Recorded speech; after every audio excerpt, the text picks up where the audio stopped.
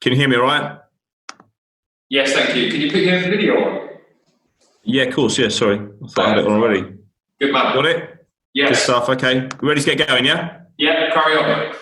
Okay, good afternoon, Alan, first of all. Can I have an update on David? He came up negative on that second test yesterday. Have you spoken to him this morning? How is he? Well, he's fine. I've spoken to him several times this morning, and he's not feeling any symptoms. He hasn't felt that all the way through, so obviously a bit frustrating for him, but he's fine. He's getting on with other things. And how will it continue to work in the next 2 match days? Is he still managing as normal in quarantine? Oh yeah, of course. I mean, David will be the manager. Everything that we do will be run through him. First of all, he'll make the decisions on everything that he would make decisions on if he was here. So nothing's changed as far as that's concerned. A little bit like this press conference, I'm just a messenger. And how are the rest of the players? Because you had a couple of other positive tests as well, didn't you? Yeah, again, I've spoken to both of them. They're fine.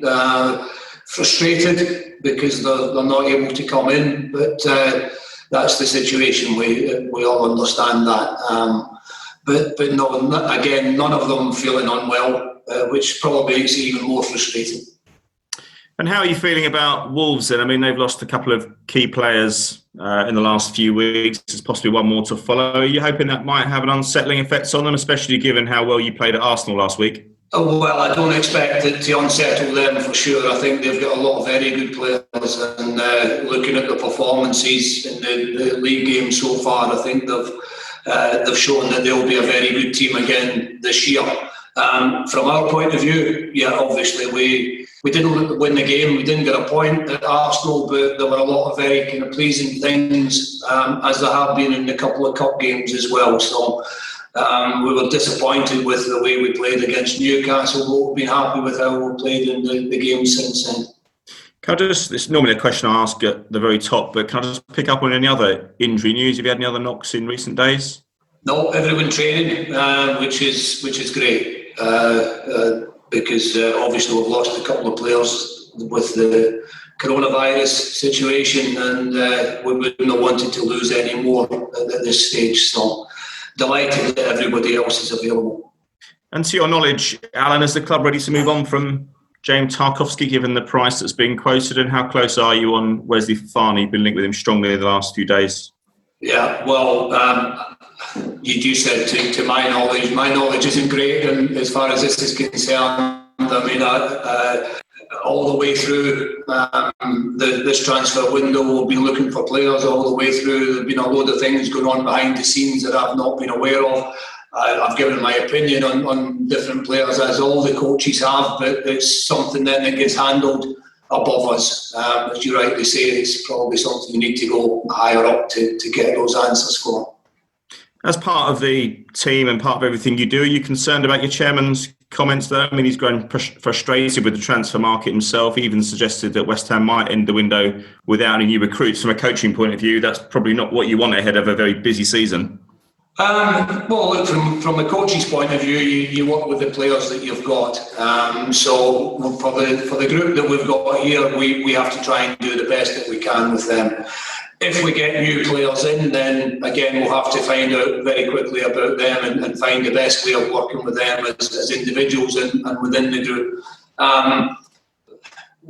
Until such time as we get new players, we just carry on with the job as we're trying to do at the moment. If we get new ones in, then hopefully there'll be new ones who prove to be good signings in the long term, and we find that they're good players to work with. Thanks, David. Ian? Hi, Alan. How are you? I'm fine, Ian. Thank you. We had David Sullivan on Talk Sport this week, and he was saying that the squad was unbalanced, but there didn't seem to be a lot of money to go and buy new players. You mentioned there some aspects of the transfer market. I know West Ham have been linked with Tarkowski and Ross Barkley as well. If there are no more players that come in, where does that leave the squad right now? Well, probably a bit light. like probably every other club, we would have come into this transfer window thinking we need to get some players. I don't think there's ever a manager at any club who thinks that he's got exactly what he wants. So clearly we've been looking at ways that we could try and improve the squad. We would like to improve the squad, but you can only do that if the right players are available at the right prices. And if we end up being unable to find those players, I don't think it would be wise to sign players who either didn't fit or made the squad more unbalanced. Again, David Sullivan on TalkSport was mentioning the fact that he's bought really good players in the past, and one of them would be, I think, Andrei Yarmolenko. In the last 2 games in the League Cup has been outstanding. Is he pushing for a start against Wolves? Oh, of course. Andrei's a really talented player. One of the most talented players that I've worked with. I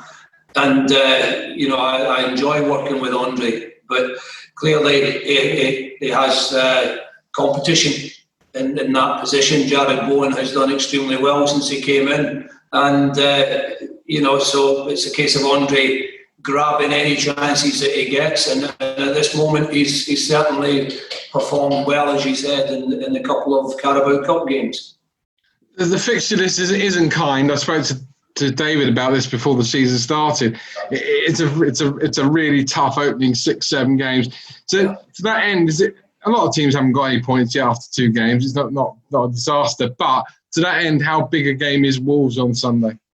Well, it's another huge game. Obviously, every team wants to get some points on the board as quickly as possible. We're disappointed that we haven't got any in the previous 2 games. We felt as if we certainly should have got something out of the Arsenal game. Albeit we were disappointed with our performance in the Newcastle game. So we need a good performance against what will be a very good team, and we have to try and get some points on the board as soon as possible. As you say, the fixture list hasn't been kind in the way that it's come out for us at the beginning. We probably all knew that from the moment that we saw it. And of course, it means that we have to play everybody during the course of the season. So what will be regarded by other people as a kind of run of fixtures at some other point in the season is obviously going to come. And we need to get points wherever we can. The thing about this league is you're never quite sure where you're going to get your points from. I think when everybody looked at our games post-lockdown, I don't think too many people saw us getting points against Chelsea. And of course, that was a really important game for us. Finally, can I just ask, because obviously I think what's happened to West Ham this week has still brought home again the fact that actually, although Project Restart went almost without a hitch, this is still a very dangerous virus, and anybody can catch it. It must have been a real whirlwind time for you and the players at the club. Did anyone feel a little bit more on edge immediately the day after the game, a couple of days after the game, because of what happened? I think the good performance probably meant that people who might have been a little bit concerned about what had happened would have been maybe using a bad performance as an excuse. But the good performance actually meant that everyone has come back in very buoyant. Everybody's been tested again. Everybody's clear. So it's put everybody's mind at rest, which is really good. Thanks, Ian. George? Hi, Alan. I just wanted to ask you about Mark Noble. You mentioned everyone being back in training. How much of a boost is it for him to be back, obviously the captain? Always great to have him back. He's fantastic around the place. Really important in the dressing room and the training ground. Really important in the dressing room at the matches as well. So yeah, it's great to have him back in training, and his toe, which has been giving him a lot of pain for a while, is not giving him any pain. So he's got a smile on his face at the moment. And just finally, from me, obviously it's not ideal, is it, this situation with David and the others obviously testing positive, but you kind of look at the fact that you got Tuesday's game on, you're going to play again on Sunday. It does sort of show that what the Premier League are doing is kind of working, isn't it, to sort of minimise the impact of coronavirus affecting people. Yeah, I mean, obviously, the Premier League are doing everything they can. The clubs are doing everything that they can as well, and that puts everybody's mind at rest. There's no doubt that prior to us restarting last season, there was a lot of people who were very, very nervous about how things would go. But I think that the players and the staff all feel that everything's been done that can be done. We see what's happening outside of football, so I guess it's inevitable that some of it was spread into football as well. But we're in a very fortunate position in that we get tested regularly and we get well looked after, and we're able to kind of avoid maybe circumstances that a lot of other people can't avoid. So we're still in a very fortunate position.